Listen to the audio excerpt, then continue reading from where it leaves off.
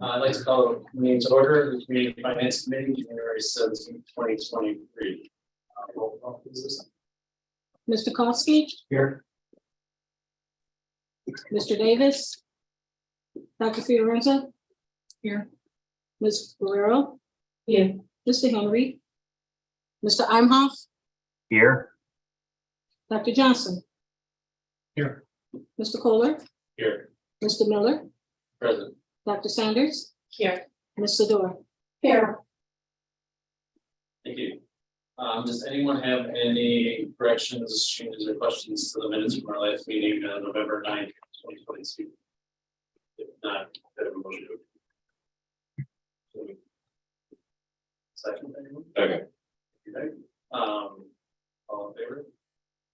Aye. Opposed? Thank you. At this point in the meeting, we open the meeting to public comments.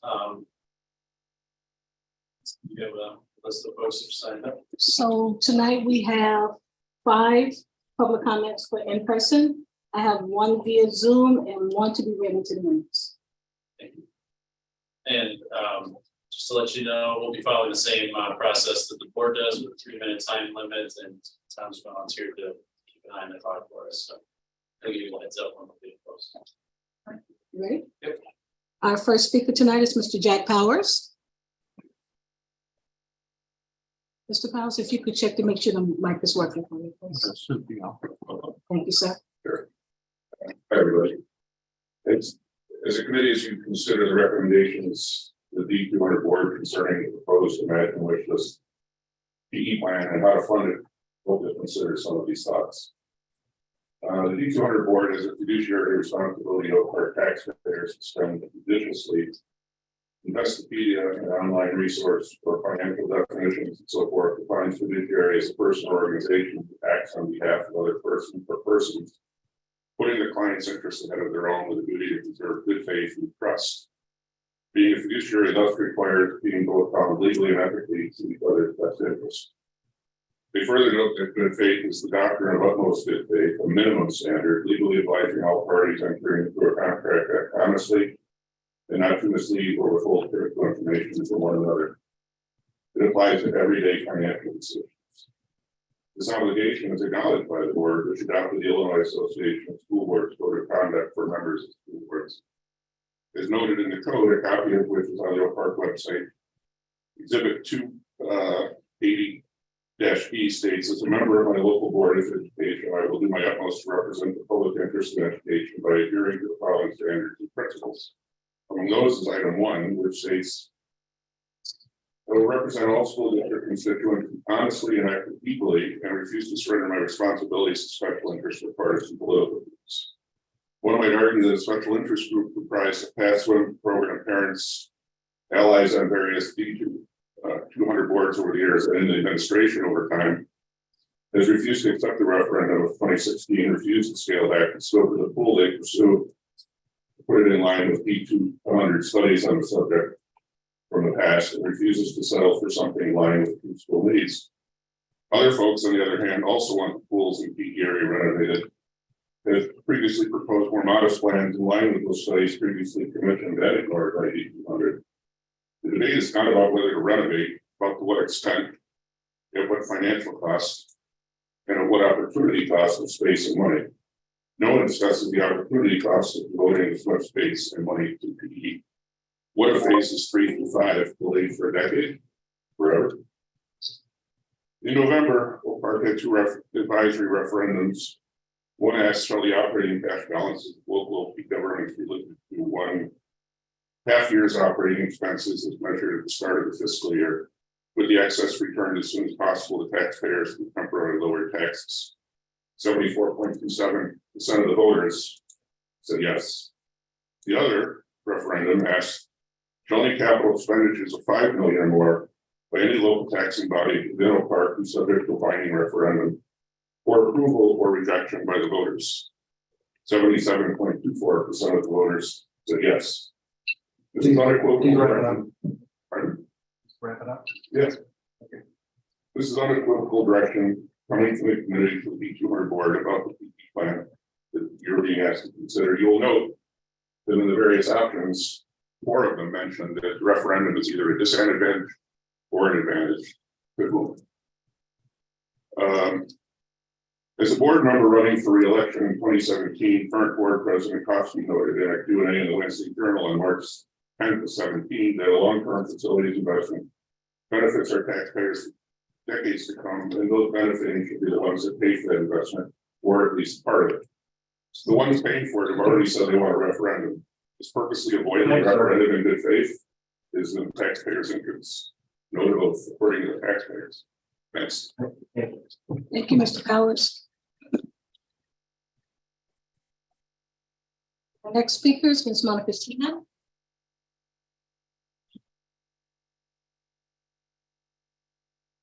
Good evening, I'm Monica Chia. D200 taxpayers expect the CFC and the school board to follow best financial practices and place the funding of Project 2 on the ballot for voter approval. It's how the Oak Park Library financed its new building 20 years ago, and how D97 paid for improvements to its schools in 2017. Taxpayers have a right to decide if they want to fund a project which would raise their taxes for decades. Ms. Hennessy's client, the D115 school board, is naturally following this best practice, placing its $106 million referendum to fund improvements at Lake Forest High School on the April ballot. A board member quoted in Chicago Tribune story last month said the community wants to vote on funding for major capital projects. The same is true for the D200 community. As such, only funding scenarios 1 and 2 meet this basic requirement. Scenarios 3, 4, and 5 are unacceptable. They're undemocratic as they include borrowing tools designed to bypass voters for funding approval, non-referendum bonds, and debt certificates. These scenarios also deceptively attempt to diminish the cost to taxpayers. The chart on page 5, funding options for Project 2, lacks basic information, and it's misleading. The total borrowing cost for each of the funding scenarios should be listed, as well as the total tax impact for taxpayers. The chart does not list the tax impact for the proposed debt certificates, which would require the school board to levy higher taxes than necessary annually to repay them. This overtaxation is not listed under disadvantages of debt certificates, nor does it list that they also cost more to borrow than bonds. Debt certificates are like high interest credit cards. D200 has never resorted to issuing them, and there is no reason to issue them now. There is no petition process to force debt certificates on the ballot, making them even more insidious than non-referendum bonds. The most outrageous funding scenario is number 4, with no referendum bonds. It's deceptive to list its cost to taxpayers at just $109, as the levy would also have to be hiked every year for 20 years to repay the debt certificates. Scenarios 3, 4, and 5 unnecessarily complicate what should be a straightforward funding decision. With the 3.9% levy it approved last month, the board continues its unethical practice of overtaxing taxpayers to create a budget surplus and stockpile more money in the cash reserve. D200's overtaxation is not justification for issuing debt certificates. This overtaxation is wrong and needs to end, and D200 needs to be accountable to taxpayers on spending. I urge you to follow best practice and recommend only referendum bonds for Project 2, no debt certificates or non-referendum bonds. Thank you. Thank you. Merci, Monica. Our next speaker, Mr. Duffy.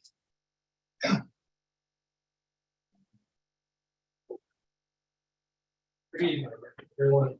I'm John Duffy. I'm speaking for the Committee for Equity and Excellence in Education and many other equity allies across this community. I want to inform this committee that on December 19th, C requested that the district conduct a faithful application of the racial equity procedures that they agreed to in the summer of 2020. You know, as I looked at the agenda tonight, I came across the Raymond James report. Then I saw the Concord report. So there's one other thing we've asked for. When we confront complex issues, contentious issues, highly technical issues, issues that require us to think differently, we hire experts. We've done that here tonight. We're asking to do the same with racial equity. I want to illustrate one issue that's been overlooked. This committee has not asked what impact your decisions will have for Project 2 on racial diversity in this community. It's been overlooked, but that's not an equity issue, nothing is. In recent years, Oak Park schools have lost significant numbers of African American students and families. Between 2007 and 17, District 97 lost 35% of its African American children. District 200, according to reports from the Office of the Superintendent, has gone from 25% to 18%. People of color have been disadvantaged for generations. Open housing was never existing in this community until about 50 years ago. Funding for affordable housing is limited. And financing by Black people, redlining still exists. If you're not aware of that, you don't control it, but it's an issue that affects equity. So as I conclude, I want to once again recommend that we hire an expert so we can go about a REIT process that's true to the pledge this community asked for and this board said it would do.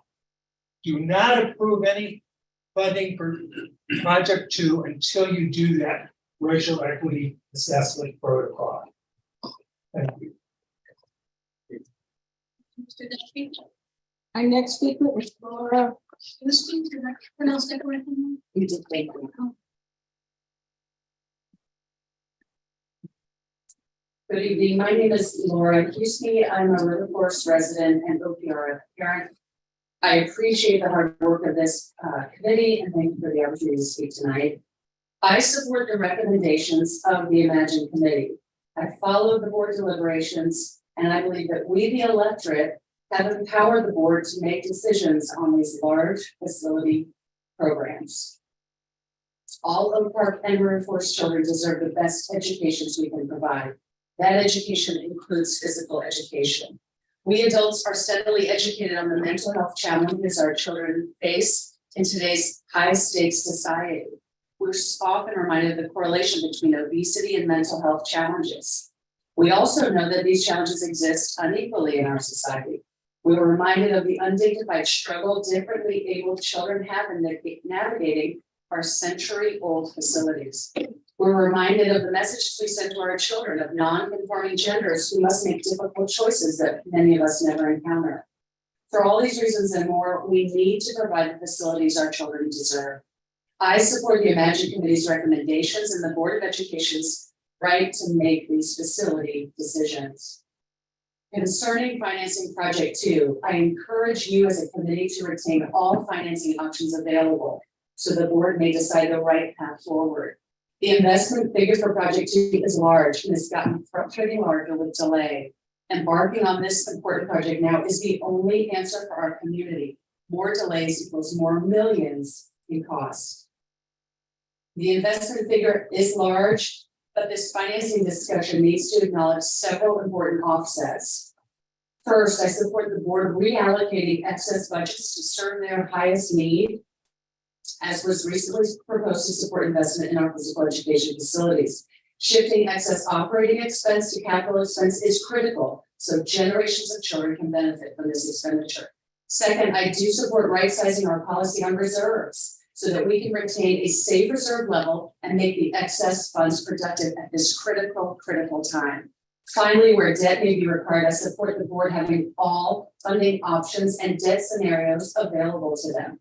I encourage the CFC and the board to keep moving forward thoughtfully and on a responsible timeframe. Every month we are not modernizing our children's facilities is another month that we risk rising costs, kids who lose out on the benefit of poor dignity of physical activity, and yet another month of debate instead of progress. I believe a trait of enduring strong communities is how we care for our children.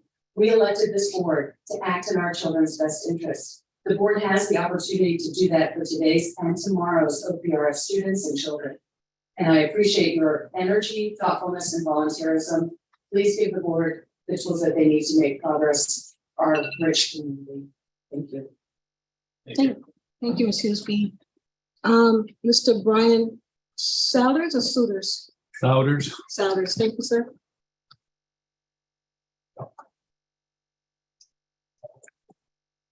Hi, I have two quick comments. First of all, as I went through the materials today, I hope that part of the discussion is a more holistic discussion of finances in general.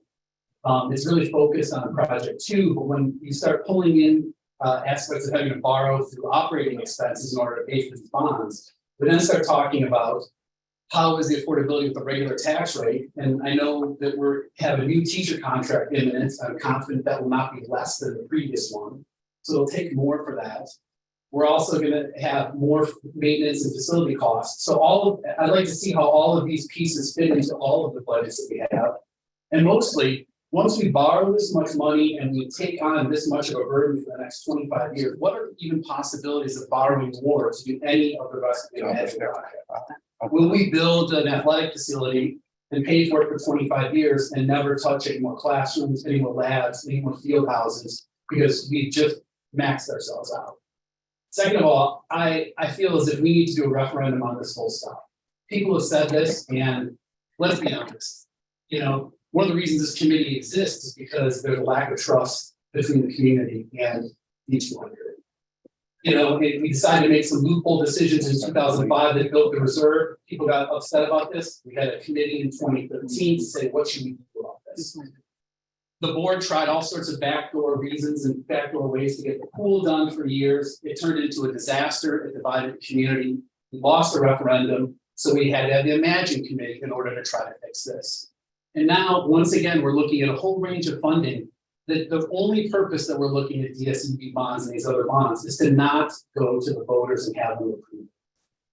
And I understand when people say that there's extra costs, but my question is, what's the cost going to be to the reputation to OPRF, its board, of 10 years of trying to go around voters and trying to not listen to what voters have to say and say that people were voted and they have enough? I think that that's going to be a much, much, much bigger cost. And frankly, if this is the plan, if this is the only way to do this, if this financing is the only way to do this, this cost is the only way to accomplish these goals, and if people are as passionate as the previous speaker, if I were you, I'd be anxious to put it up for a referendum because it's a winner. If you don't think it's a winner, then you try to go and end around and force it upon people. So that's a big choice I think that needs to be made by this committee, is what is the trust between OPRF and the community as you go through this process. So I feel this needs to go to a referendum. So, our two via Zoom tonight. Our first speaker is Mr. Bernstein.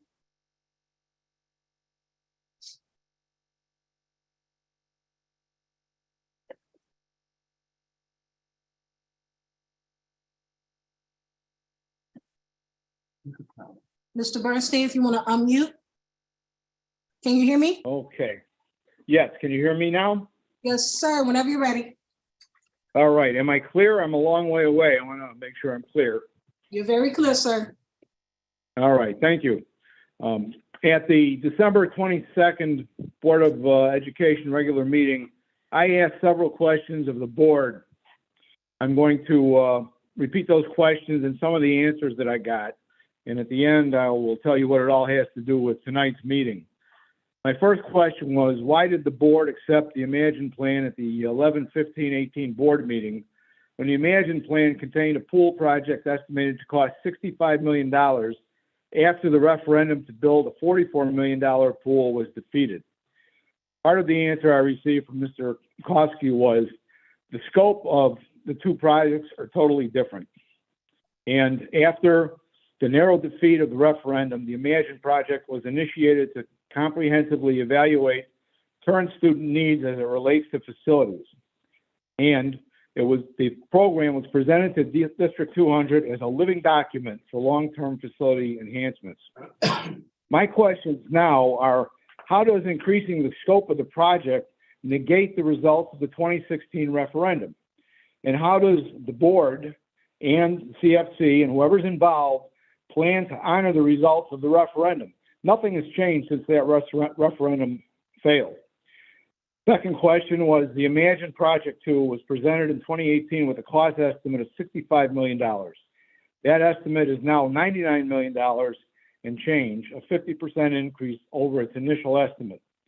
My question was, how much would the project have to cost before the board says it's too expensive? The answer I was received, regarding Project 2 costs, there have been no line in the sand cost discussed. As I have personally stated, this cost is jaw-dropping in magnitude. However, one of the duties of the Board of Education is to ensure we provide facilities for our students. We will continue to need to review and manage the financial position of the District 200 and try to balance what our students need with what our community can afford. So my comments and question. The cost is jaw-dropping, it certainly is.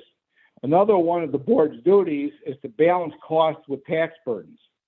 It appears that the Board of Education is not concerned with tax burdens at all, as the most expensive solution is what's being proposed for Project 2.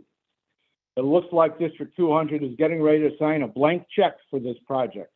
I don't agree with that. To the CFC, I believe that this project is too big for the size of the campus, and it's far too expensive with an unbudgeted and unknown final cost. I request that the CDC recommend to the Board of Education to shelve Project 2, complete Projects 3, 4, and 5 to provide the greatest good to the greatest number of students. After that's all done, then Project 2 can be revisited. I think that's the only possible recommendation you can come up with. Thank you. Thank you, Mr. Bernstein. Thank you. Our next speaker is Mr. Kevin Papard. Mr. Papard, if you want to unmute your mic. Can you hear me? Yes, sir, whenever you're ready. Okay, I sent a rather lengthy written statement, which I don't have time to read here, but I'll let the committee members read it. Of the 5 scenarios you have, none of those are actually implementable.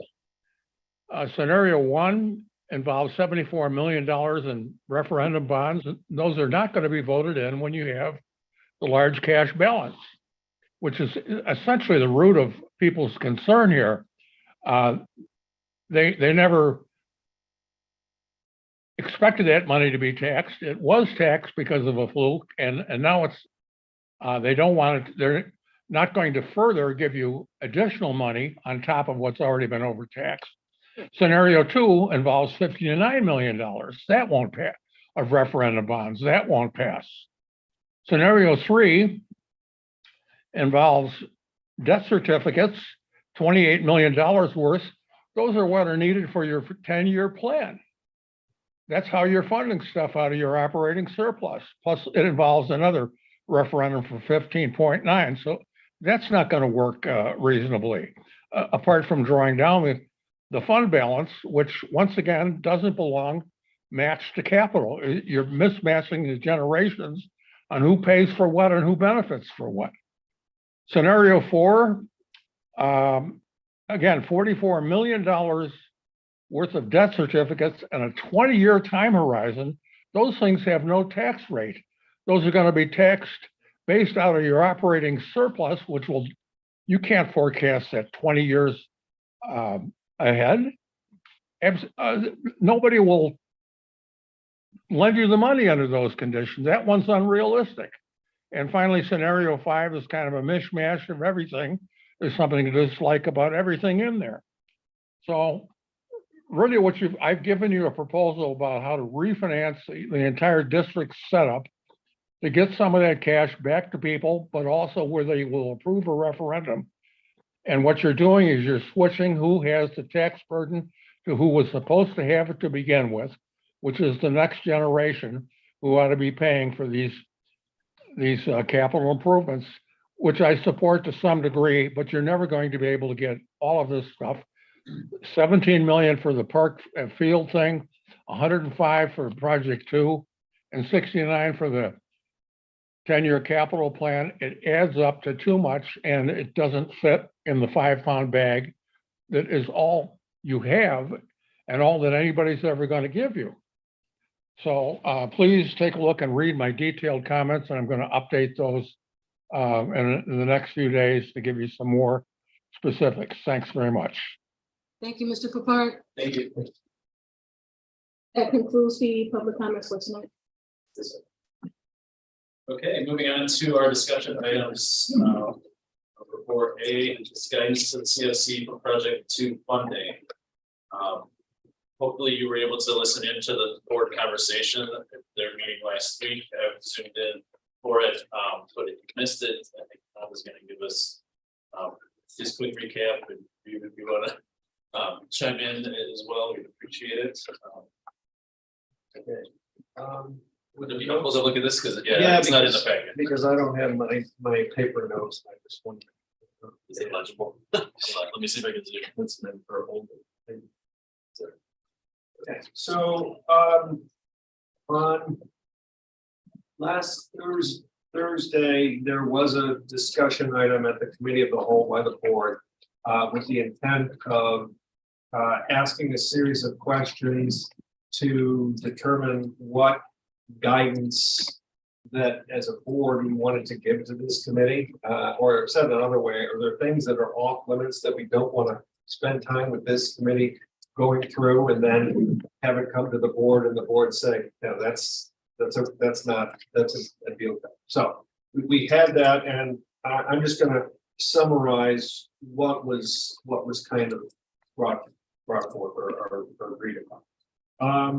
The first question was about fund balance, and how does the board feel about fund balance? The general consensus was that the fund balance range is too large in terms of where we want to end up, and it would be okay or good to make it tighter, and the numbers like 35 to 55 as kind of guidance was what was mentioned. So that's the fund balance. Number 2, what types of debt or funding will the board entertain? And the answer was the board would look at all available options considered, where really we want to make sure we outline the benefits and overall economic impact to our taxpayers. So there's nothing that we will listen to what the options are to make that ultimate decision. Number 3, what's the board's timing of incurring debt? And there was consensus that the debt should really ideally be layered in, so that we are not borrowing all of our money at one time. Additionally, the board would like to see that the assets used align, that the timing of the taxation aligns with when the assets are used, recognizing that we have gotten out of balance in the last few decades. There's been the fund balance as well as the lack of capital commitment in the last 60 years.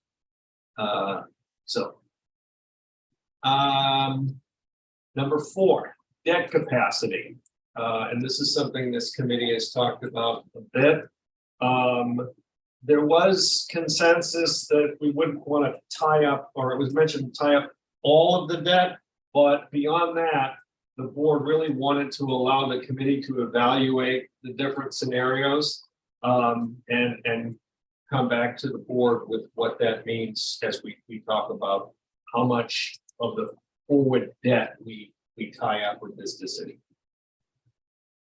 Number 5, timing of implementation. And this is really kind of the student perspective that the board wanted to offer, which is the board would like to see this work proceed in the shortest and quickest time that is cost effective. There's the need exists for the students, and the challenge of having the facilities out of commission for long periods of time are not desired, but it has to be balanced with economics. And the last piece of guidance was, what about any community donations, any funds that come from the private world? And the consensus was that anything that happens to be gathered should be used to reduce what we borrow. And that was the discussion. I'm going to ask Cabri, anything that I missed? No, related project two, that was it. But we'll get discussion outside of project two for parameter, but it's all about project two. So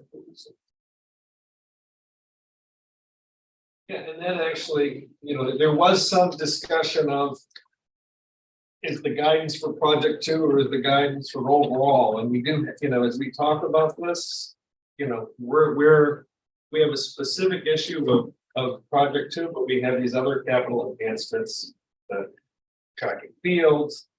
We have work that is needed for our sustainability in terms of the energy, and then we have 3, 4, and 5. So that's kind of the bigger picture. From my perspective, the community's perspective, while you're looking for a recommendation from us regarding financing project two, our other committee charges revolve around debt and how much you take on and how you borrow. It revolves around how much fund balance you recommend you maintain. We're looking at 5-year projections that, so the outside of project two stuff, I think, is still going to come into a number of other topics that we're discussing right now. Right. We can't look at project two in a vacuum. Yeah, exactly. Okay. Any questions on that? Yes, sir. So we're gonna have 3 projects going at one time, possibly? Are we gonna have 3 Can you projects? just go, Jeff? Are we gonna have 3 projects going at one time, possibly?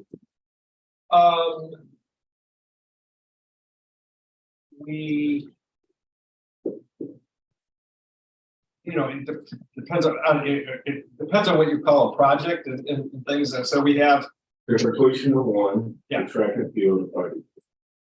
track and fields will be done before project two begins. Okay. And it doesn't project one finish this summer. Yes. So those two should not overlap. The other one mentioned that I mentioned is work that is related to energy sustainability, which is really going to be segments of the other work, but with a target. So that one I wouldn't call a separate project constructional, Okay. but it's has a different driving. I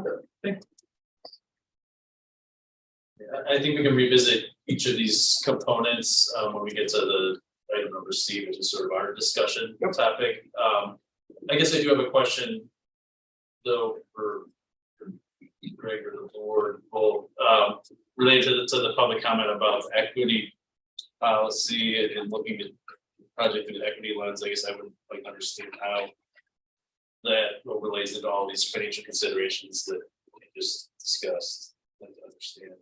I'm not familiar with that policy. Yeah, sure. So there is a racial equity analysis tool that is part of our racial equity procedures resulting from racial policy for 3 years that I discussed approved. And it was one that we went through in the early stages of this process this school year in September. There are elements of it though specifically, and I think as a district, I think for everybody who's talked with a variety of folks and from the community and for our admin team really generally, that we welcome the criticism about something as important as the racial equity work in the school and how we are making sure that our programming is meeting those needs. So it's a good conversation to have. We went through the tool, but there's a question about whether we relied on focus groups of students and really talk to students the way that is kind of spoken to in that tool. I think it's good to point out that the Imagine process, as it originally was designed, relied on a racial equity lens from the very beginning. It relied on actually a racial equity tool. This is before the policy and the procedures were implemented. And if we take a look at that, I can talk about that a little bit more thoroughly, maybe in a different context, but I have a little bit of data that I can share out right now. And that survey, in a survey that we put out to kids as part of that Imagine process, 669 students responded to the questions about the spaces. There were 245 respondents of color. The top 3 spaces that were noted for those students were bathrooms, locker rooms, pool. For the 92 Black students respondents, the top 4 spaces in order were bathrooms, locker rooms, cafeteria, and pool. There were also a variety of focus groups with various kind of student groups in the school that focus on the experiences of our most marginalized students. And so building on that Imagine process is something that the district has taken very seriously, as we have kind of brushed off the Imagine process after the pandemic and launched into this Project 2 work right now.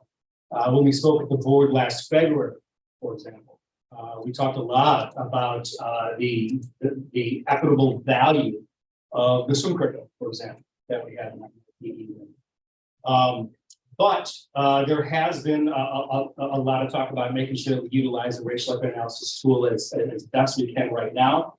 We did go through that process as a district, but there are questions to go through it again with a little bit more detail. And it's a conversation that we continue to have, and it's a process that is ongoing. Okay. Great, thanks, that's perfect. So the next agenda item we have is Project 2 financing options. So as Elizabeth comes up to present that, keep in mind what Tom just shared.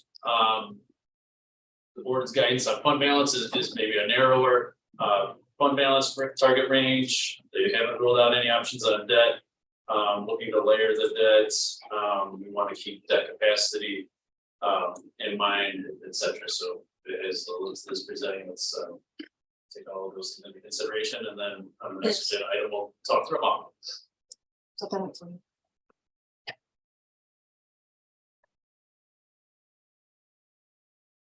You want water? You want water? Oh, thank you. That's nice.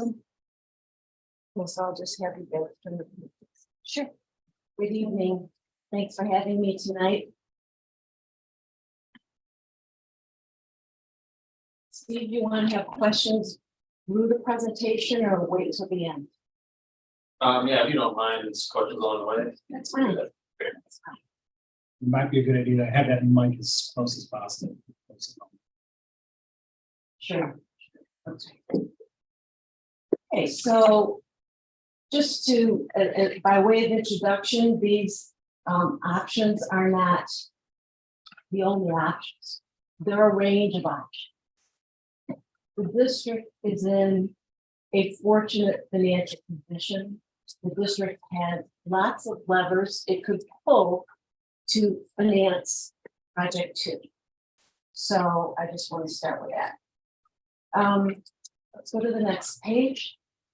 This is a recap of the cost of Project 2 from the Concord group that was presented to the board in October, updated. And so these are kind of items for each of the various types of work that's going to be done. Let's go to the next page. Thank you. The total of those costs is 99.4 million. There's several alternates that we included as well, just to be conservative. There was an option 2A and a 2B. This utilizes option 2A regarding the solar panels that are electric. So the total with the alternates is 104,442,674. And this amount was based on some escalation for starting the project, planning it, and then starting it in the summer 24, 25, most of the work, and then ending in 26, summer of 26. Okay, so that's what we have put in the projection model of how the money would be spent.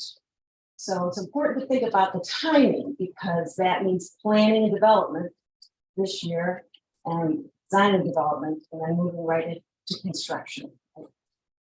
So let's go to the next page and, we're here to talk about finance and financing options. So I think it's important to start with your statutory debt limit.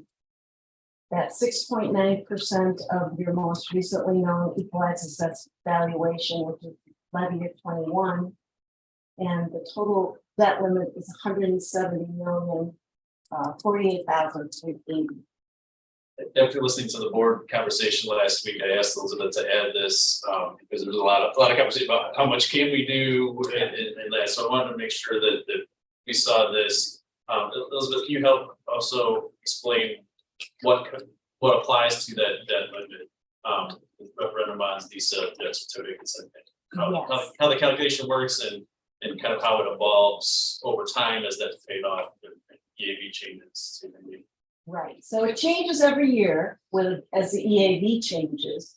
And as you know, the district has zero debt out at this point in time and hasn't had debt for a while. So the things that are subject to the debt limit are debt certificates, referendum approved bonds, and D-sub bonds. It's a little tricky with D-sub bonds because when they're initially issued, they are not subject to the debt limit, but once they're outstanding, they are. So for purposes of consideration on these options, we'd say all of the debt is going to be subject to the debt limit.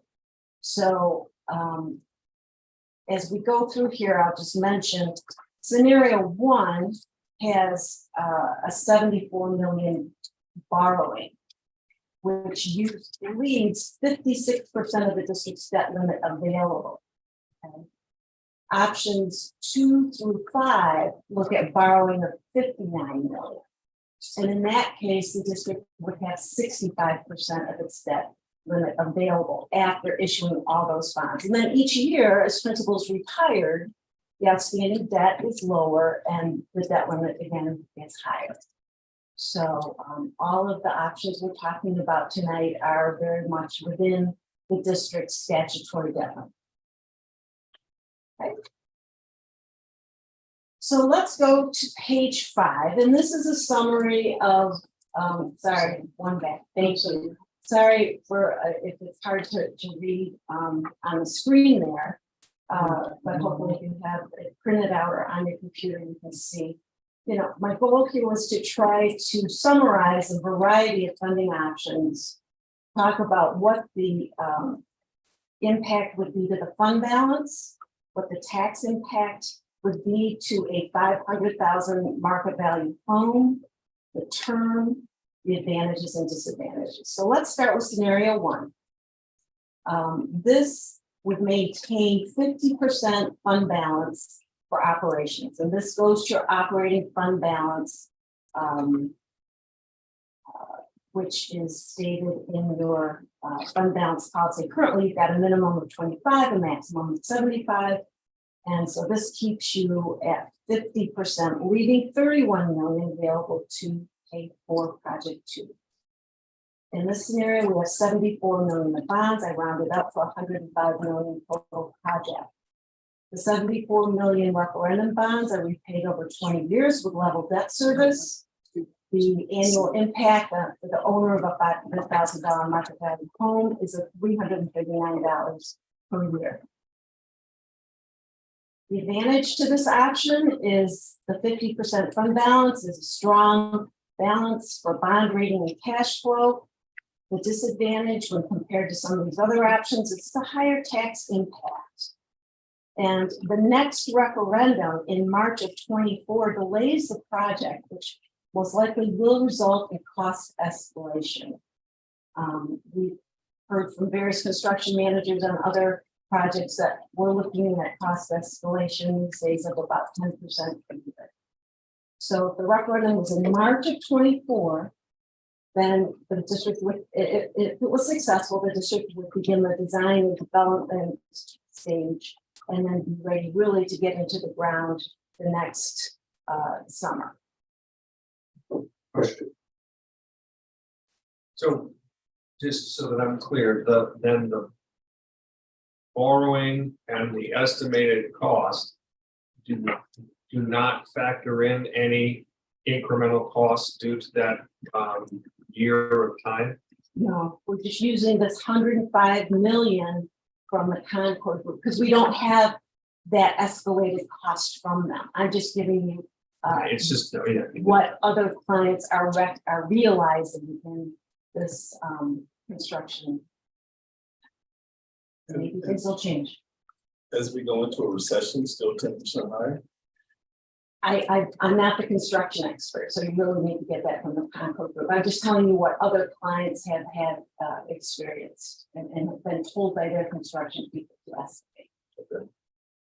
On the borrowing side, though, you have built in some estimates for changes in interest rates. Absolutely, yeah, thanks for bringing that up. We've got in our borrowing costs, 100 basis points or 1% interest rate cushion. Because as you know, interest rates have come up very quickly. You know, the Fed's going to continue to increase rates at least 2 more times, so they say. And we hope that inflation will show enough signs of coming down that we won't continue to have those Fed rate increases. But that's the inflation, and the Fed's response to it has really driven our dramatic increase in interest rates since last year.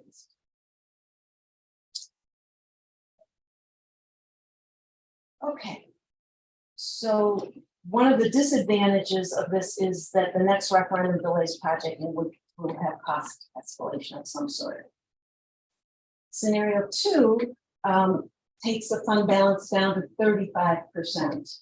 And with the board's direction to kind of keep it to 35%, 55% of annual expenditures. Maybe this is a little low, but again, we can certainly adjust these options as we go. So that would mean 46 million is available from the fund balance to dedicate to project 2 in this case. Referendum bonds would be 59 million, again paid over 20 years, $270 a year. This brings your fund balance down to 35%. That's moderate fund balance. The disadvantage is a higher tax impact. Next referendum, March 24, same cost delays. Scenario 3 also looks at 35% fund balance. So we've got 46 million available for the project. 10-year DSEB bonds paid from the debt service extension base. Now, this is a $15 million issue, paid level debt service over 10 years, but paid from the district's debt service extension base. So I'm going to go into each of these options a little more detail so you can see exactly what's required here. But part of the tax limitation law is that the district has the ability to issue bonds that are not subject to referendum, but will have a petition period of it involved in a working cash bond, which is used for transfer to capital projects. So that's what type of bond we're talking about here. Paid off over 10 years, level debt service, $109 a year for 10 years. The next portion is debt certificates, 28,100,000, 3.5 million per year for 10 years. So let's talk a little bit about debt certificates. They're paid from the operating funds. I've looked at the financial projections. The district has done financial project projections for each of these options based on 0.5% CPI, which the board approved for its 2022 levy, and assuming that it also does not levy to the maximum 5% next year, 3.5% again. So these projections were shared with the board at its December meeting. They were put together on November 18th and then refreshed based on each of these scenario borrowing options. So the district does have some surpluses. They are using that surplus to spend money on their capital plan.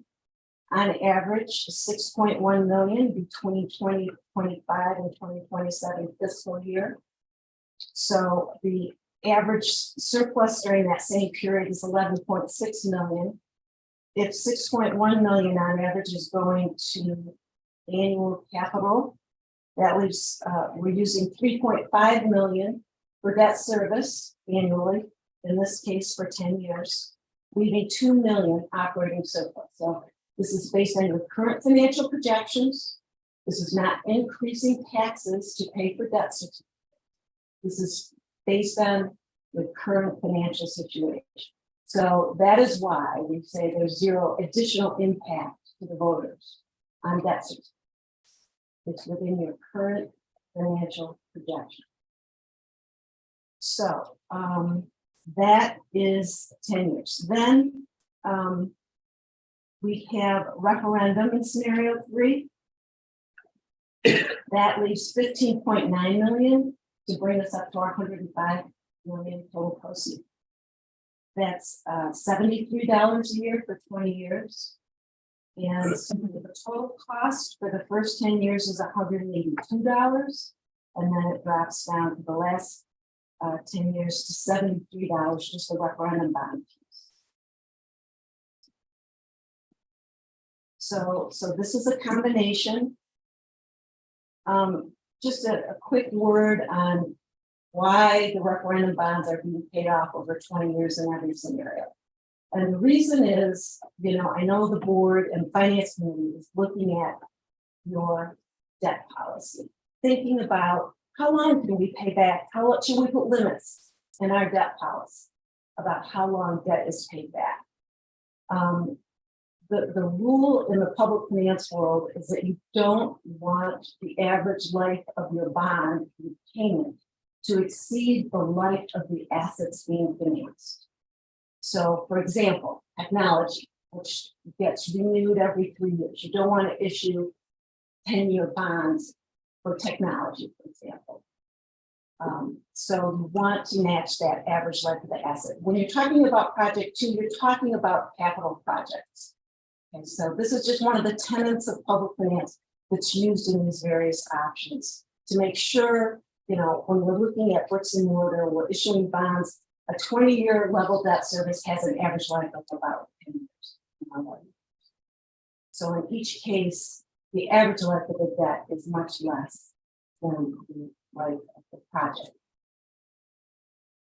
So on project scenario 3, the advantage is moderate fund balance, lower tax impact for bonds, debt certificates use operating funds for repayment.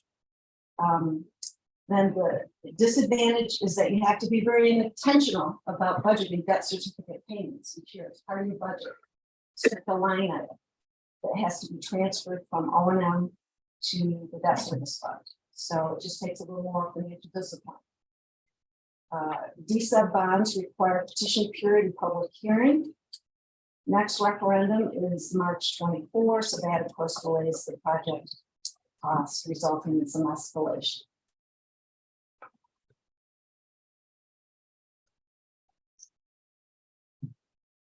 Scenario 4 is 46 million fund balance, again maintaining 35%, 15 million D-sub bonds, and 44 million of debt certificates paid over 20 years at 3.5 million a year. As we mentioned again, before, debt certificates require use of operating funds for repayment and fiscal discipline.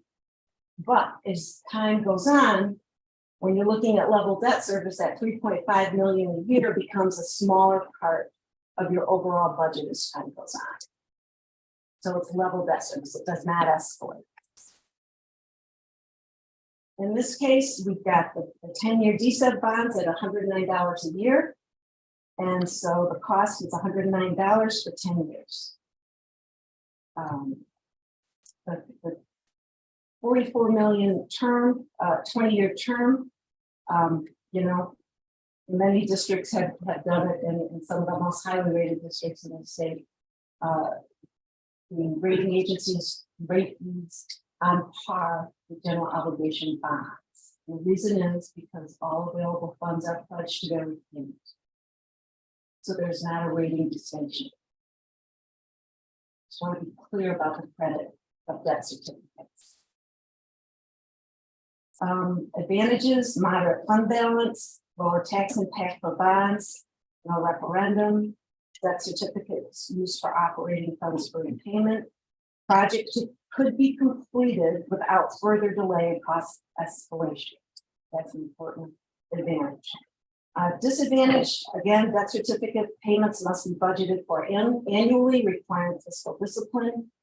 And D-sub bonds require petition period and public hearing. Moving into scenario 5, go ahead. Yeah, but before we jump to scenario 5, just want to recap some of the conversations we had on debt policy last year. We talked about it in a couple of meetings, and it was meeting before last, I think, where we made the recommendation to a draft policy to the board. And it addressed both D-sub borrowing and debt certificate borrowing, and trying to place some guardrails on that instead of allowing 20 years, max it out, type of thing. So with D-sub, we said you could use all the D-sub for 5 years, and you could use half the D-sub for an additional 5, but you wouldn't borrow more than 10 years out with D-sub. And then we said that with debt certificate borrowings, we wouldn't go any further out than 5 years. So that's where this last scenario that takes some of those things into account, and I think you'll see it more clearly when it gets to some of the examples and details of the scenario. That's a perfect segue to scenario 5. And scenario 5 does fall within those guardrails that Steve just mentioned. So a 46 million fund balance, again, maintaining the 35% fund balance, 10-year D-sub bonds. So in years 1 through 5, we're using the entire D-sub. So if you look at note 4, you can see the average impact for the first 5 years is $191 per year on the $500,000 home. And in years 6 through 10, we're only using 50% of the D-sub. So that is a tax impact of $103 on average per year. Okay. So between those two numbers, we come up with the average of $147 for the $500,000 home we paid over 10 years. And the idea of using only 50% of the D-sub in those last 5 years is to give the district additional bonding capacity should you need it. So that generates $20,965,000. The debt certificates, these are repaid over 5 years, which was also a guardrail considered by the Community Finance Committee. $3.5 million per year for 5 years. That generates at today's interest rates with the cushion of 1%, $15,585,000. That leaves referendum bonds at $22,450,000 to come up with $105 million. So the $22,450,000 costs the owner of a $500,000 home $103 per year for 20 years.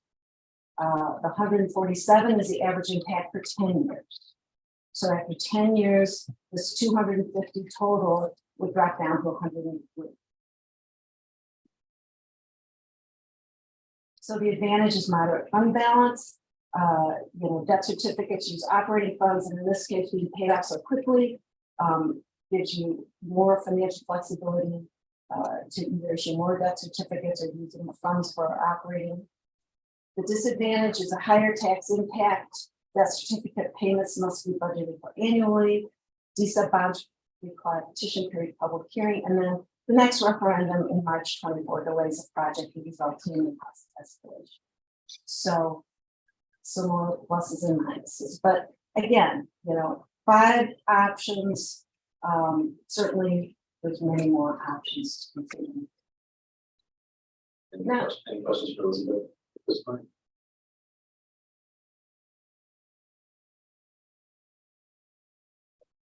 Let me make the rules on the referendum bonds 3-year approved, 3-year 5-year, 3-year rule.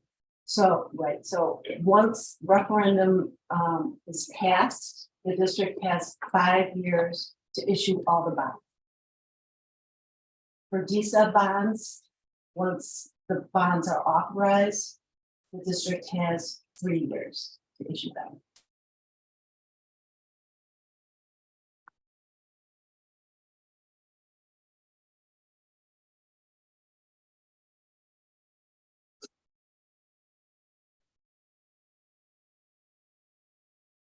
So the next part of the presentation just goes into the various things we've talked about. Fund balance, how we came up with these numbers. Again, relying on the financial projection from November 18th. We look at the total ending fund balance at FY27, after a lot of capital projects are done that have already been planned and budgeted for, of 83 million. So if our fund balance target was 25%, based on $100 million expenditure, that would mean we want to keep 25 million in the bank, or 25%, which is your lowest rung of the current fund balance policy. So we don't have any options that look at 25% minimum, because I think administration, everyone feels that may take you too far, too low. But that would leave 58 million for project 2. The middle option shows a 35% fund balance at 35 million. That would leave up to 48 million for project 2. And in our options have used 46 million. And then for a 50% fund balance, maintaining 50 million in the bank. Again, this is a snapshot in time. The fund balance at June 30, the end of the fiscal year. And so that's what the policies look at. That's what the audits show. That's why we're looking at that number. 50% fund balance would leave 33 million to dedicate towards project 2. We've used 31 million in scenario 1. Okay. Questions? Let's go to the next page. Here are the referendum approved bond election dates. So the next election is March 12th, 2024. The board would need to make a decision and initiate the public question via resolution on or before December 22nd of 2023. After that, we have the general election, November 5th, 24, and the deadline for the resolution is August 20th, 24. After that, we've got April 1 of 25. It's a consolidated election, and the board would have to approve the question by January 13th of 25, and then after that, we've got March 17th of 2026. Future referendum dates. So subject to things getting moved around and Illinois being in a different position in the primary site. And all that. That's a really good point. So this last year, which was 22, it would be kind of the same thing as March 24. As you know, it was moved back to June 23. Right? So the politicians decide that's the right thing to do. That's possible. Next page is a summary of the referendum scenarios. It shows you the estimated annual payment, the term of the repayment for each of the referendum options in scenario 1, 2, 3, and 5. And you see the average interest rate, which again includes 1% cushion in the interest rate. So be 1% less if these bonds are issued today. Then we show the estimated tax rate for the bonds and the impact on 500,000 market values home.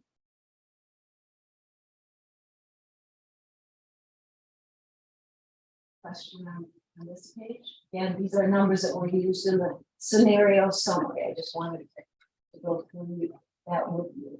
And the estimated cost is the all-in true interest cost. It includes all costs of issuance. to generate the various proceeds in the various units.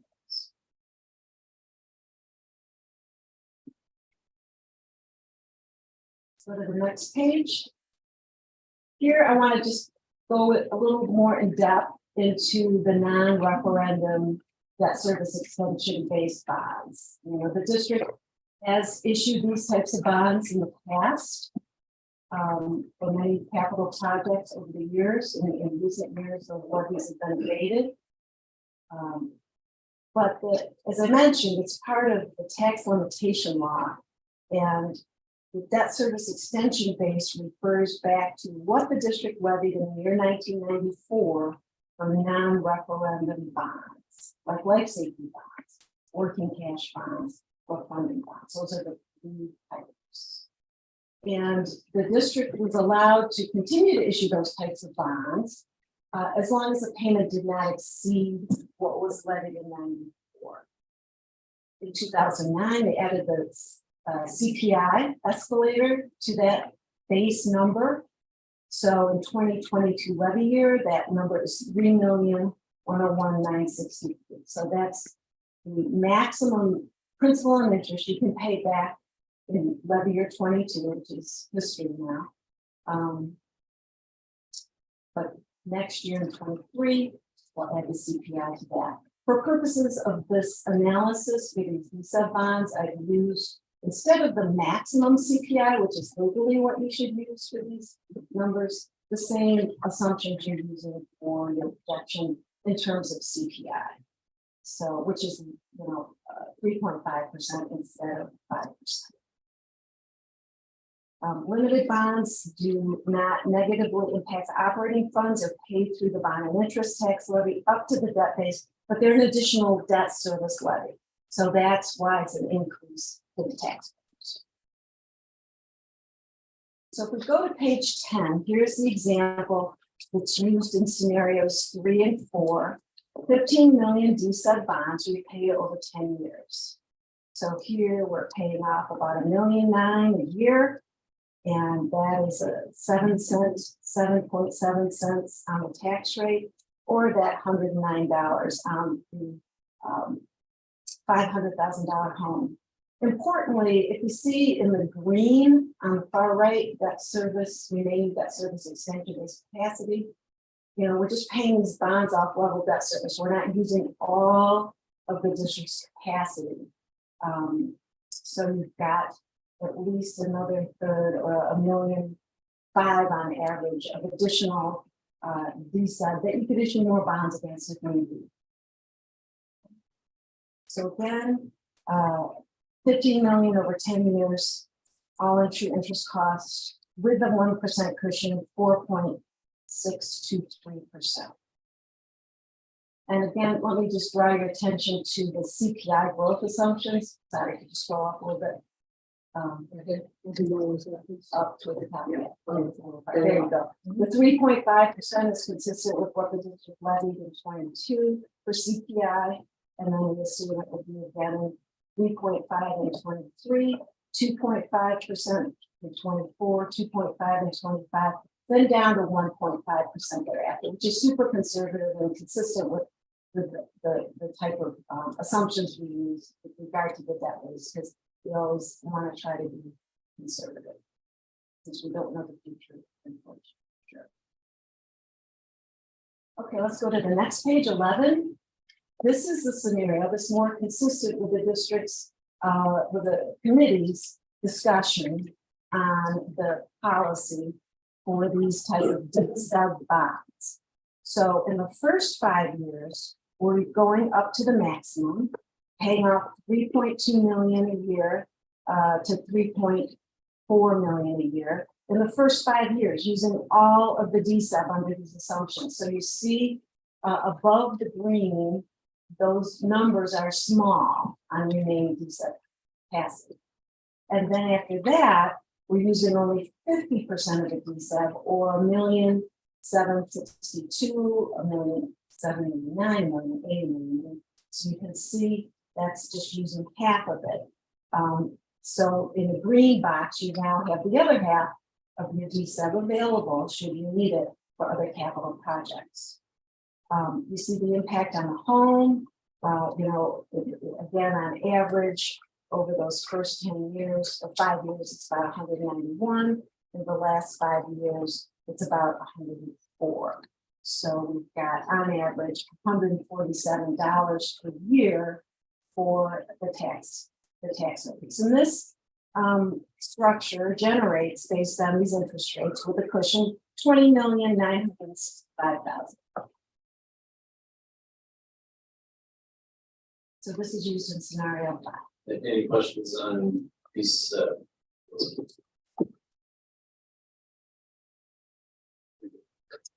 So you referenced it in terms of the CPI values used here. So first of all, using for 2022 and 2023, using 3.5, which is what we assume in our of revenue, it's not changed. That's not what's happening to EAD though, right? No, it has nothing to do with the EAD. Because the EAD is really just to reference, because that's what we use to divide to get the tax impact.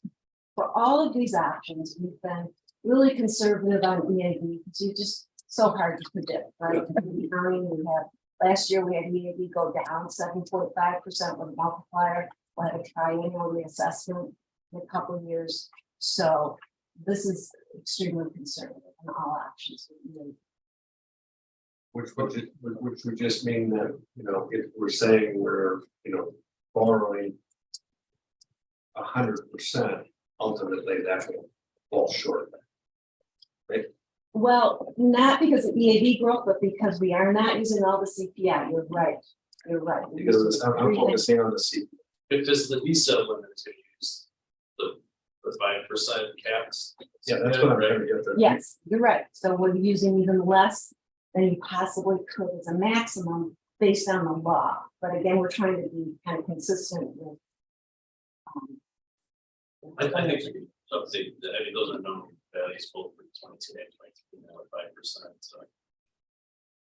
So that even though you may not levy the 5% for 2023, that's what's used for visa limits. We should use it. Either way. Well, as it relates to the discussion on how much future debt we're going to tie up, if we have conservatism, built in, we just need to understand. Yes, it's definitely conservative and open.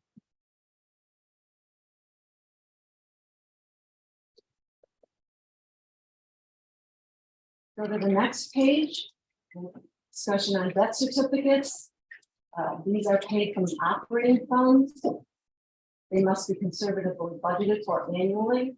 That's why the administration has taken the steps to look at the various scenarios in relation to its financial projections. Examples of the sources of revenue include education, O&M, fund tax levies, transfers from working cash, corporate and personal property replacement taxes, general state aid, which is evidence-based funding, and the TIF surplus funds. Debt certificate should have a level debt service payment structure for ease of budgeting. So each year, the administration knows how much they need to budget for debt. The amortization should match the life of the assets being financed or shorter in order to reduce interest costs and maintain flexibility for changes in state law that could impact operating funds. Debt certificates, as all bonds, should have optional redemption features to give the district flexibility to refund them or pay them off early, as this district did in 2014-15, had debt certificates that the district issued. And the district got to the call date, had additional fund balance, and paid them off, saving interest.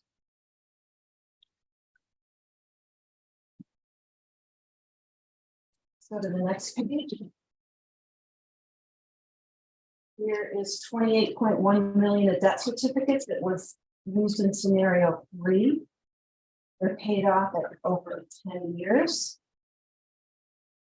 The all interest cost is 4.58%.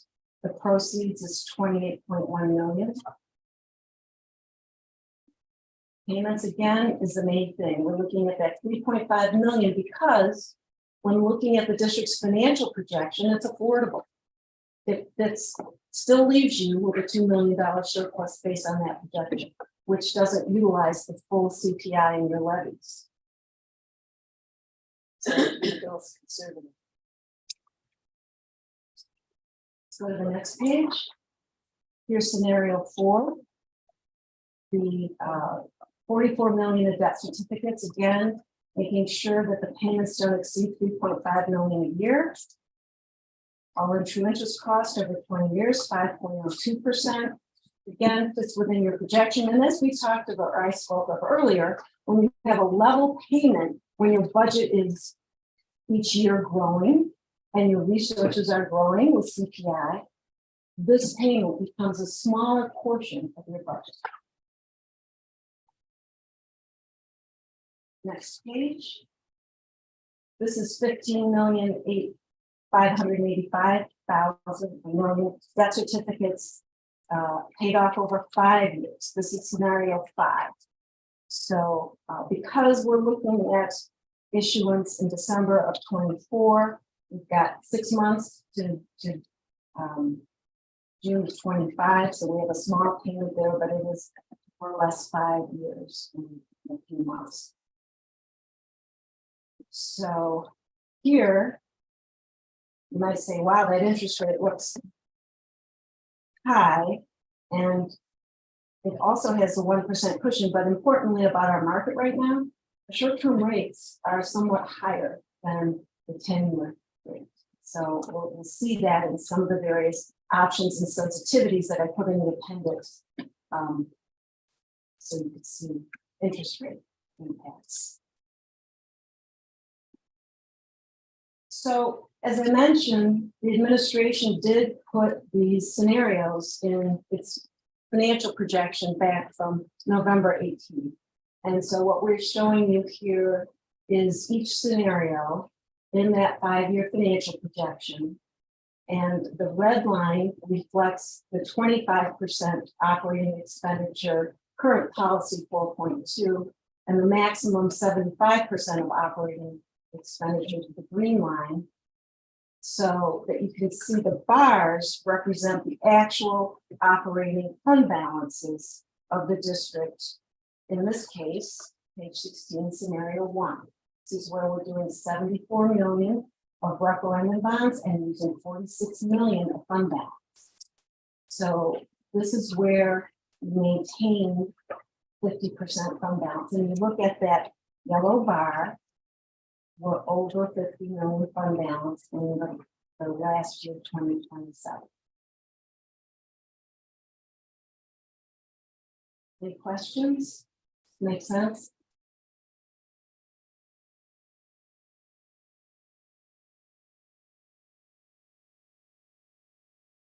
The next page is scenario 2, and this takes the fund balance down to 35%. This, as I mentioned, using 46 million is a little bit under the 35%, but you can see here we've got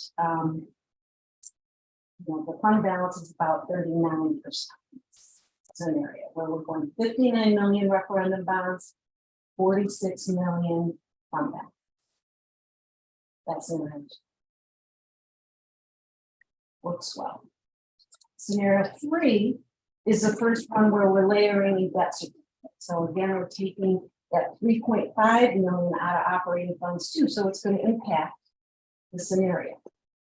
And here we're above 30% fund balance in 2027. So it still works with your current fund balance policy.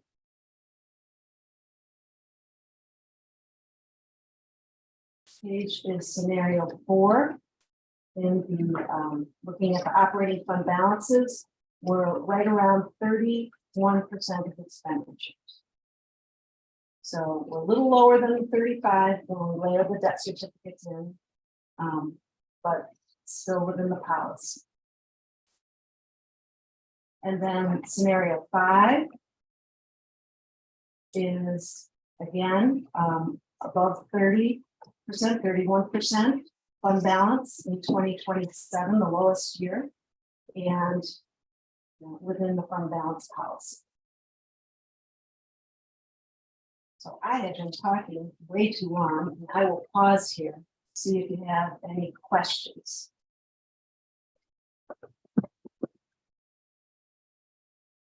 Questions for scenarios, the debt options.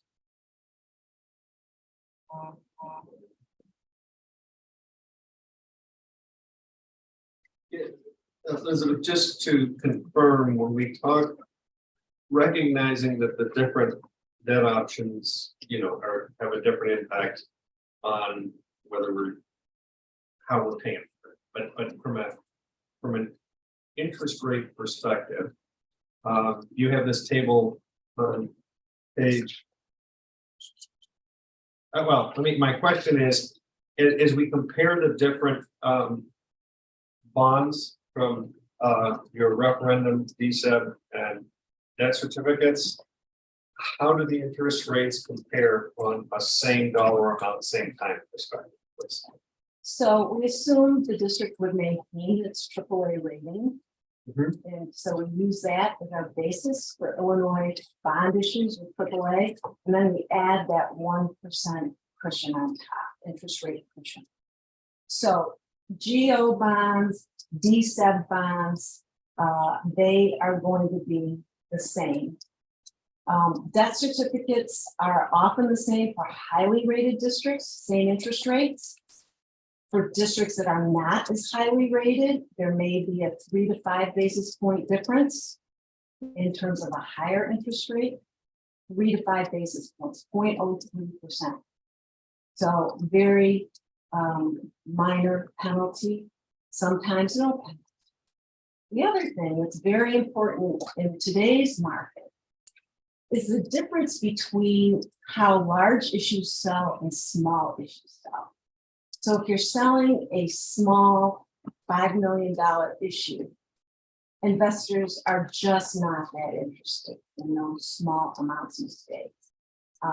They want large block sizes. So if you're looking at, like, for example, for the Evanston School District 65, we sold 40 million of lease certificates. The size made the interest rate differential very little. So that's a major factor in today's market.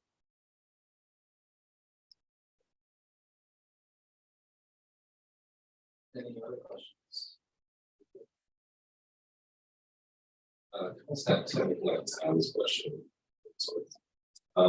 So like, just gonna think so like, scenario 2 and 5 could be the same thing, but let's say in 5, it's basically 3 lines of referendum, 1 being a 5-year issuance, 1 being a 10-year issuance, 1 being a 40-year issuance. Is there a difference? How is if you did like 3, like just 50 million, let's say in scenario 5 of bond referendums, and you just did 3 different issuances of it, how does that compare interest wise? So like the 10 years, like if you did a 10-year DSAT versus a 10-year bond, it's pretty same thing, right? And then like okay, now you got 5-year debt certificates, a 5-year bond for that amount. Great, give or take. Yes. Yeah, okay. So the cost of the district would be the same regardless of type, but the impact on the taxpayers is going to be different because you're going to have more bonds front loaded in those earlier years than if you just did the whole referendum amount evenly over 20 years. Yeah, I'm looking at like, if you look at The interest rate. 2 versus 5, whether it's $59 million all at once over 20 years, or if you did 59 million with 3 separate issuances, 1 being 5 years, 1 being 10 years, 1 being 20. I'm sure you can, you can work the numbers where it would probably be the same exact thing. You're not like have to necessarily debate what type you use because this is like scenario 5 years, 3 different things, but really just do a referendum bonds done, okay, and you guys the finance committee can decide Do we do it all at once over 20 years? Do we maybe do half now and then 2 years later, do the other half? You know, so I know that like the 97 did that. They asked for 85 million, whatever that was, and they did it in 2 separate tranches. And I think either one of them we needed a year, even though the numbers weren't looking good. And by waiting 6 months, we actually got lucky and with the interest rates going down and saved money long term. So just some thought we're going ahead. Yeah, I think it kind of gets back to your question. If you pass a referendum, how many years do you have to issue the bonds? And should you issue them in pieces? Or should you issue them all at once? And that depends on the market you're in and importantly, your construction draw schedule. Because you know, when you issue bonds, you must expect to spend 5% in the next 6 months and 85% of it in 3 years. So we have all these kind of rules that help us decide when we should issue once the authorization is given. We have a whole meeting about our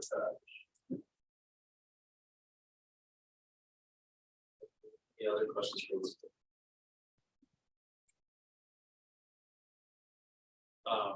Thank you. You're welcome. And just the appendix are just sensitivities on 0% current market, 50% cushion, 1%.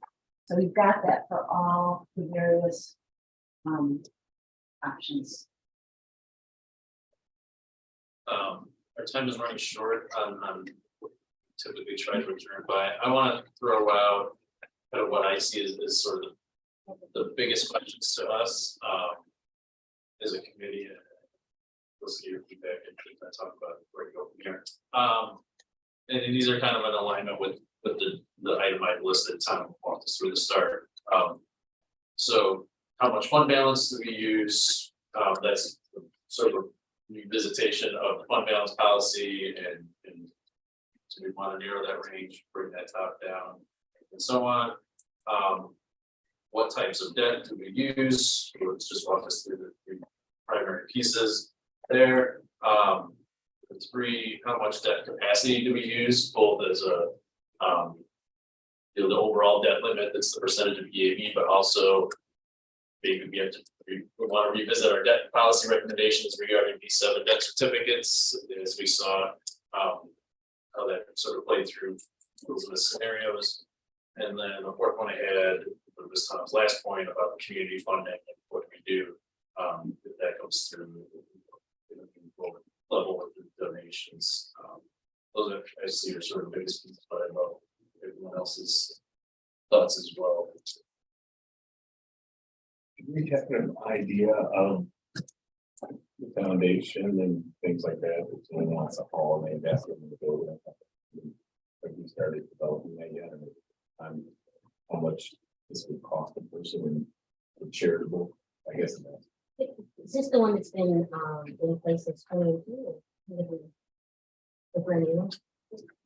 Yeah, the Zoom Foundation, there are conversations within the foundation, I understand, about kind of how that could play out, but nothing has been finalized as of yet. We anticipate bringing that conversation in the form of a memorandum of understanding to the board for discussion and approval later this spring, likely in the month. And I think we should look at the numbers tonight as far as fund balance goes. I mean, we've been ranging for a year. So, I mean, I think we're close enough to kind of be, I think everyone here will be within 2 million or something. So I think we should, I mean, we're at 40, 50 or something now, right? 35, 45. So I did reach out to Brian and Cindy after the board's conversation last week, just to see how low did low get before Cook County taxes came in December, and it was around $50 million. So we're sort of flirting with a 50%-ish level based on my sort of back of the napkin calculations. And what I'm hoping is a worst case Cook County scenario. I haven't heard anything going forward that indicates that that's going to be a recurring issue. Kind of said that the board sort of laid it on a 35 and 55% range in their conversations last week. I like a range that's 25% or so I could be at 30 to 55 or 55 to 60 or somewhere in that range, but I'd love to hear Vince's thoughts.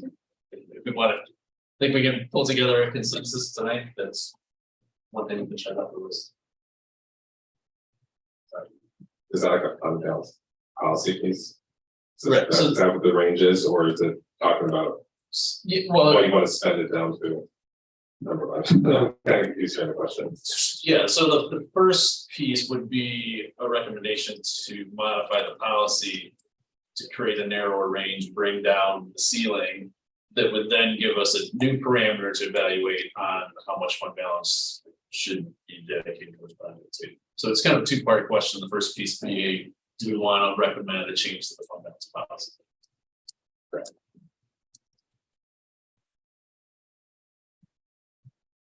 And I know the discussion, I'm gonna look, as you said, how much we dedicate to it, how much we dedicate towards this facilities work, because there are these other facilities initiatives, right?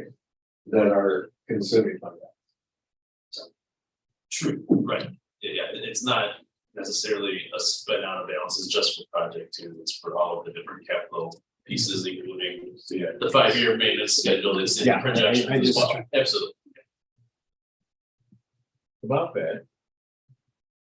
Do we have asset management here? Like, will we know? So you kept saying asset, so kind of, you know, that in my head. Will we know what every asset's lifespan is, and we can kind of know next year we're gonna need a roof on one hall and doors on another, windows and closed. We have the primary maintenance plan, so that normally shows us, when we are supposed to go out and start doing some work. So that's on that primary maintenance plan that you guys had seen earlier this year. That gets up, that's gonna get updated, so once Okay. that's updated, you should see that. Those two, we have a fixed asset when our assets are, you know, the life of it is over, so, and then they should be retired and replaced. Okay. 47 and up.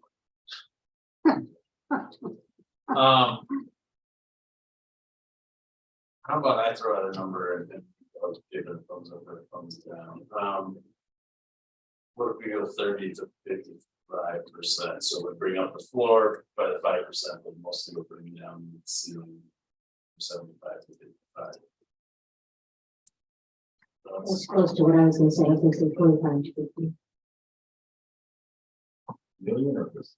Percent, but yeah, and I'm just a little on the higher side because I've been around long enough to remember 10 years in a row where Cook County tax was delayed a decade ago, so.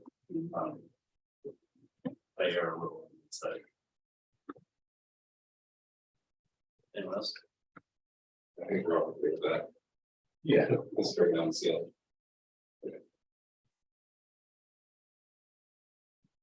One of the things we instituted a meeting or two ago, we were kind of, we revisited our charge and sort of what the original sort of founding resolution said was include a report back to the board after our meetings, so. I'm doing this.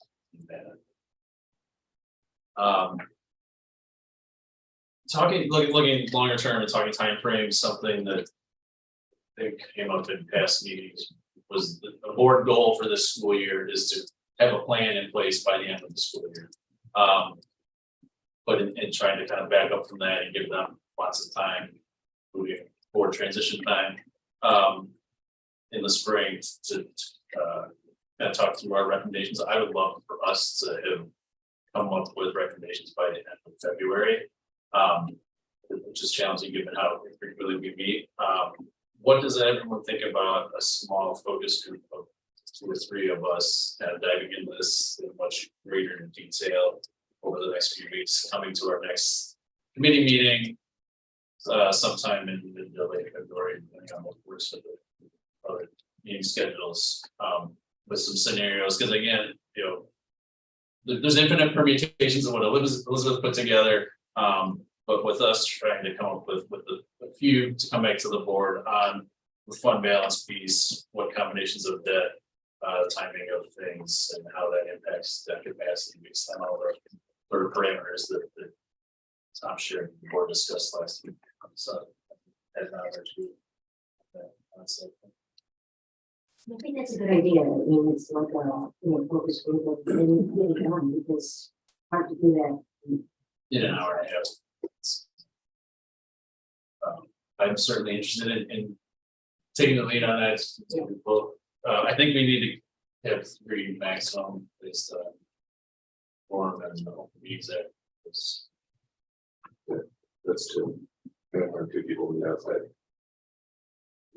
That's only 2 people, not 3. I think if one person texts 2 people, that's, you can only text 1 person, you can text.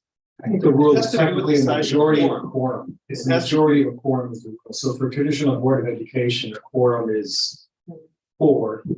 So, right, so majority of a quorum, that's why it's only 2 for a Board of Ed normally. So it depends on the size of your body. We can double check on that. This is gonna be a roll up your sleeves. Right, absolutely. Dinner. The district will not be catered. Will not, sorry, will not. And more so like come up with more options that we still have to discuss on our end. They're gonna be. Right, yeah, the goal being, options that we want to discuss as an entire group, at the next meeting, with the goal of that meeting then of having some recommendations to the board. And again, the board is not looking for a recommendation, this is the CFC's plan for project 2.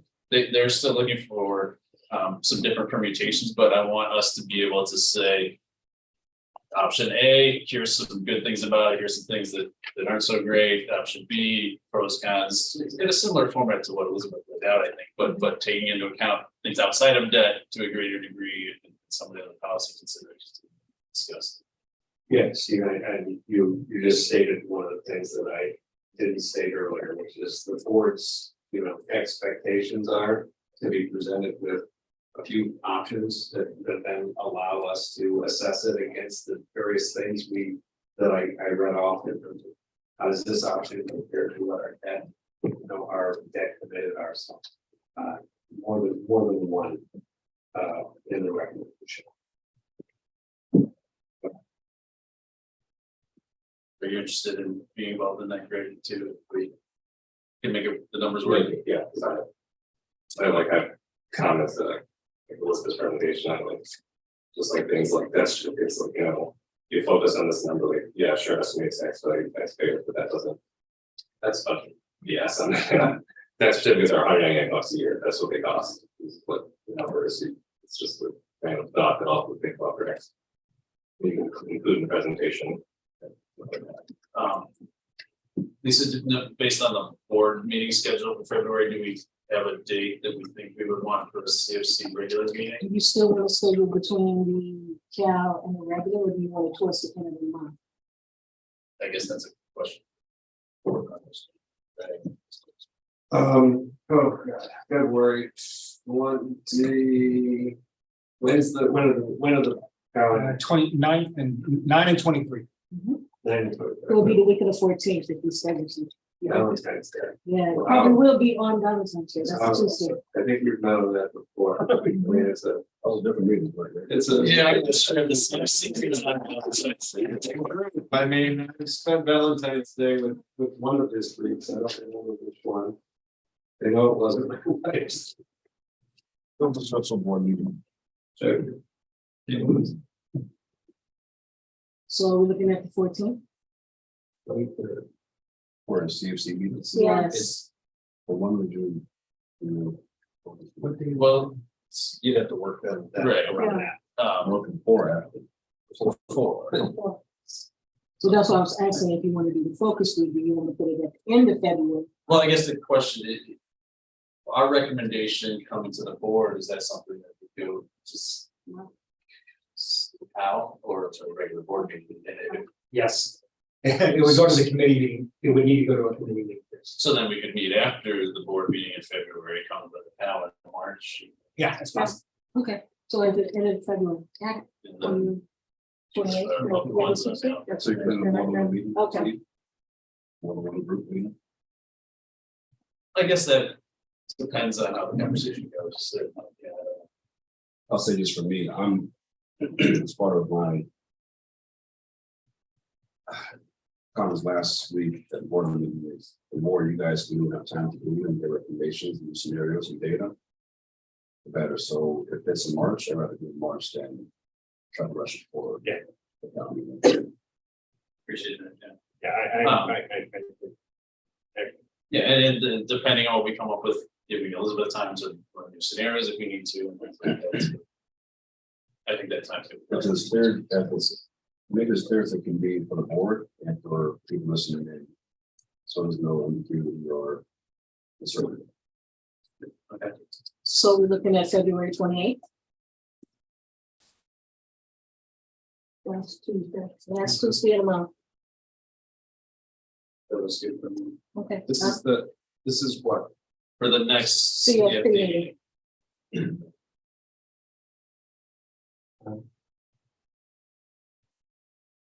I know I'm gone, but.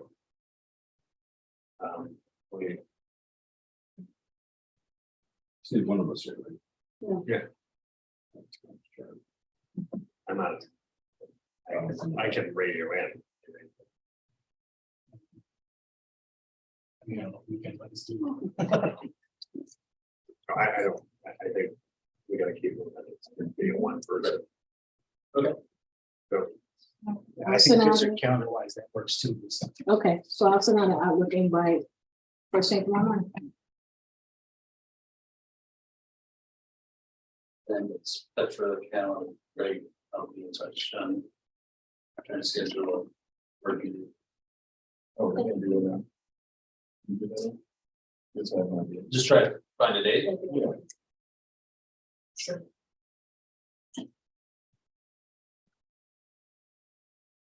What are your? This is many good meetings. Days that we can. Or is it?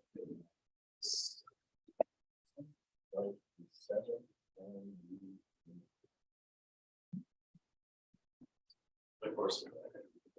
7 to 21st.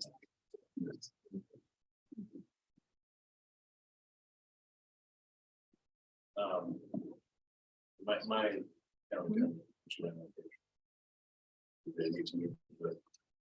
I'd like to do something. End of January this week. Which Tuesday is good, the 31st. Yeah. It's really kind of like-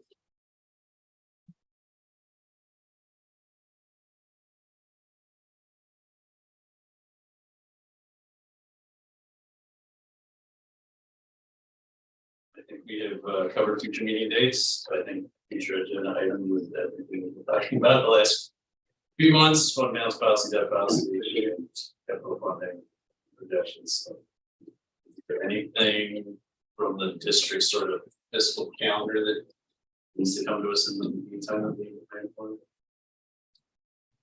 Outside of regional stuff.